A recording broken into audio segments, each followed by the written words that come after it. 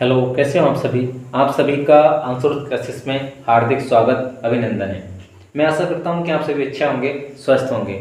हम पढ़ने की क्लास में पढ़ रहे थे static GK, railway group D, UPSI और यूपी लेखपाल के लिए। ठीक है, आज फिर उसी से आगे की क्लास स्टार्ट करते हैं और देखते हैं अपना पहला क्वेश्चन। पहला क्वेश्चन क्या भैया हमारा?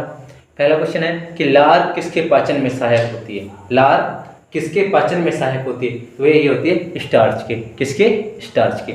आगे देखते हैं अपना क्वेश्चन कि वसा का पाचन करने वाला लाइपेज नामक एंजाइम किस अंग द्वारा स्रावित होता है। जो वसा का पाचन करता है, पाचन करने वाला लाइपेज नामक जो एंजाइम है, वो अंग से किस अंग से स्रावित होता है? वही होता है अग्नाशय से। किसके द्वारा स्रावित होता है? अग्नाशय से। ठीक है, आगे देखते हैं अपना क्वेश्चन कि लाइपेज द्वारा वसा के जलीय अपघटन के पश्चात क्या प्राप्त होता है। लाइपेज के द्वारा वसा के जलीय अपघटन के पश्चात क्या प्राप्त होता है? तो ये होता है वसीय अम्ल और ग्लिसरॉल। क्या प्राप्त होता है? वसीय अम्ल और ग्लिसरॉल प्राप्त होता है। ठीक है, अगला क्वेश्चन हमारा कि कौन सा पाचक हार्मोन छोटी आंत से स्रावित होता है। कौन सा पाचक हार्मोन छोटी आंत से स्रावित होता है? तो ये वो होता है सिक्रेटिन। कौन सा होता है? Secretin hormone. आगे देखते हैं अपना क्वेश्चन कि किस शहर को इलेक्ट्रॉनिक उद्योग की राजधानी के नाम से जाना जाता है। किस शहर को इलेक्ट्रॉनिक उद्योग की राजधानी के नाम से जाना जाता है? तो वो जाना जाता है बेंगलुरु को। किसको? बेंगलुरु को। आगे देखते हैं अपना क्वेश्चन कि नेशनल एल्युमिनियम कंपनी नालको की स्थापना कब हुई? नेशनल एल्युमिनियम कंपनी नालको की स्थापना कब हुई? तो भैया वो हुई है 1981 में। कब हुई है? 1981 में हुई है नालको की स्थापना। आगे देखते हैं कि हिंदुस्तान एयरोनॉटिक्स लिमिटेड HAL की स्थापना कब हुई है? तो भैया हुई है 1940 में। कब हुई है? 1940 में हुई है ये HAL की स्थापना। आगे देखते हैं कि महानगर टेलीफोन निगम लिमिटेड, महानगर टेलीफोन निगम लिमिटेड MTNL की स्थापना कब हुई है? तो भैया ये हुई है 1986 में। कब हुई है? 1986 में हुई है। ठीक, आगे देखते हैं अपना क्वेश्चन कि चंबल घाटी का निर्माण किस भौगोलिक प्रक्रिया से हुआ है। चंबल घाटी का निर्माण किस भौगोलिक प्रक्रिया से हुआ है? तो ये वो हुआ है अवनालिका अपरदन से। किससे? अवनालिका अपरदन से हुआ है। अगला है अपना क्वेश्चन कि भारत में दक्षिणी पश्चिमी मानसून का समय सामान्यतः कब से कब तक होता है? तो भैया ये होता है जून से सितंबर तक। कब तक होता है? जून से सितंबर तक होता है। आगे देखते हैं अपना क्वेश्चन कि भारत में मानसून का आगमन सबसे पहले किस राज्य में होता है? भैया वो होता है केरल में। कहाँ पर होता है? केरल में होता है भारत में मानसून का सबसे पहले आगमन। आगे देखते हैं अपना क्वेश्चन कि भारतीय मानसून को प्रभावित करने वाले घटक कौन से हैं? भैया वो है तिब्बत का पठार, जेट स्ट्रीम, एल नीनो एवं ला नीनो। ठीक है, ये क्वेश्चन पैटर्न में पूछा गया है हमारा।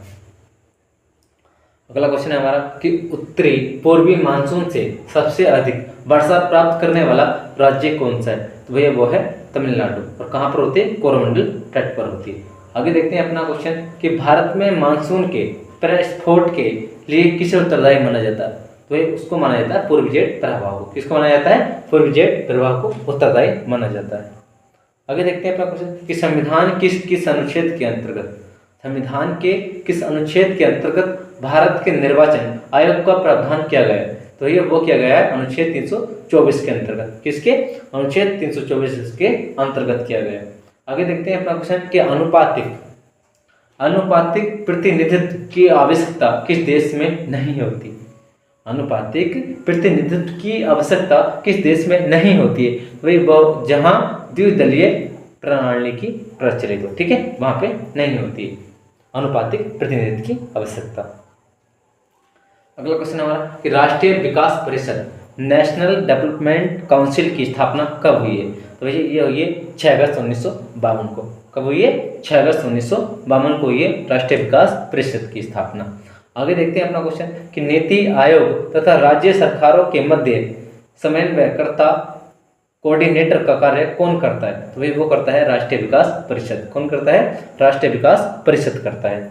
आगे देखते हैं अपना क्वेश्चन कि भारतीय विधान परिषद को बजट पर बहस करने की शक्ति किस अधिनियम के द्वारा प्राप्त हुई है? भारतीय विधान परिषद को बजट पर बहस करने की शक्ति किस अधिनियम के द्वारा प्राप्त हुई है? तो ये वो हुई है भारत परिषद अधिनियम 1892 के तहत। किसके? भारत परिषद अधिनियम 1892 के तहत। आगे देखते हैं अपना क्वेश्चन कि ब्रिटिश भारत में किस अधिनियम में संघीय शासन का प्रावधान था। ब्रिटिश भारत में किस अधिनियम में संघीय शासन का प्रावधान था। भैया उसमें तब वो था भारत शासन अधिनियम 1935 में। भारत शासन अधिनियम 1935 में ही संघीय शासन का प्रावधान था। ठीक है, आगे देखते हैं अपना क्वेश्चन कि गांधी जी की मृत्यु पर किसने कहा था हमारे जीवन से प्रकाश चला गया। तो भैया वो कहा था जवाहरलाल नेहरू ने। किसने कहा था? जवाहरलाल नेहरू ने कहा था। आगे देखते हैं अपना क्वेश्चन कि महात्मा गांधी के चंपारण सत्याग्रह का विरोध किसने किया था। महात्मा गांधी ने चंपारण सत्याग्रह किया था, उसका विरोध किसने किया था। तो भैया वो किया था एन.जी. रंगा ने। किसने किया था? एन.जी. रंगा ने विरोध किया था चंपारण सत्याग्रह का। आगे देखते हैं अपना क्वेश्चन कि लंदन में प्रथम गोलमेज सम्मेलन में किस भारतीय नेता ने भाग लिया था। लंदन में जो प्रथम गोलमेज सम्मेलन हुआ था उसमें किस भारतीय नेता ने भाग लिया था। तो भैया उसमें लिया था मौलाना मोहम्मद अली ने। किसने लिया था भैया? मौलाना मोहम्मद अली ने लिया था। अगला क्वेश्चन हमारा कि पंजाब केसरी की उपाधि किसे दी गई है। तो भैया वो दी गई है लाला लाजपत राय को। किसको? लाला लाजपत राय को दी गई है। ठीक है, आज के लिए इतना ही। Thank you so much.